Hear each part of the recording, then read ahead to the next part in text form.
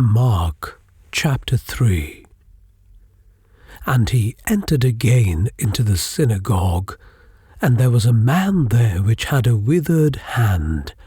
And they watched him, whether he would heal him on the Sabbath day, that they might accuse him. And he saith unto the man which had the withered hand, Stand forth. And he saith unto them, Is it lawful to do good on the Sabbath days, or to do evil, to save life, or to kill? But they held their peace. And when he had looked round about on them with anger, being grieved for the hardness of their hearts, he saith unto the man, Stretch forth thine hand. And he stretched it out, and his hand was restored whole as the other. And the Pharisees went forth, and straightway took counsel with the Herodians against him, how they might destroy him.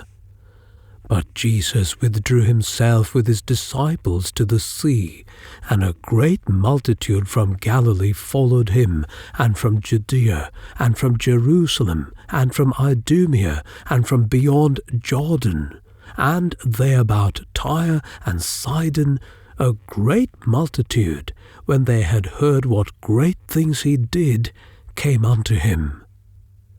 And he spake to his disciples that a small ship should wait on him because of the multitude, lest they should throng him. For he had healed many, insomuch that they pressed upon him for to touch him, as many as had plagues. And unclean spirits, when they saw him, fell down before him, and cried, saying, Thou art the Son of God. And he straitly charged them that they should not make him known. And he goeth up into a mountain, and calleth unto him whom he would, and they came unto him. And he ordained 12, that they should be with him, and that he might send them forth to preach, and to have power to heal sicknesses, and to cast out devils. And Simon he surnamed Peter, and James the son of Zebedee, and John the brother of James, and he surnamed them Boanerges, which is the sons of thunder. And Andrew, and Philip, and Bartholomew, and Matthew, and Thomas, and James the son of Alphaeus, and Thaddeus, and Simon the Canaanite, and Judas Iscariot, which also betrayed him. And they went into an house. And the multitude cometh together again, so that they could not so much as eat bread. And when his friends heard of it, they went out to lay hold on him, for they said, He is beside himself. And the scribes which came down from Jerusalem said, He hath Beelzebub, and by the prince of the devils casteth he out devils.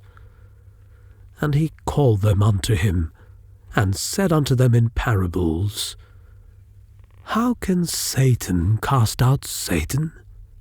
And if a kingdom be divided against itself, that kingdom cannot stand.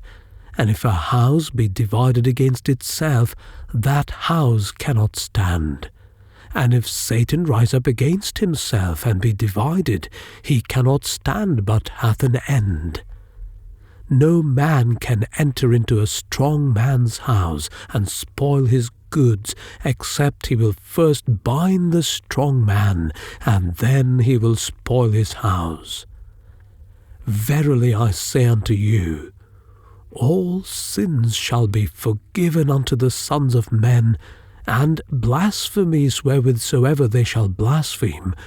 But he that shall blaspheme against the Holy Ghost hath never forgiveness, but is in danger of eternal damnation. Because they said, He hath an unclean spirit. Then came his brethren and his mother, and standing without, sent unto him, calling him.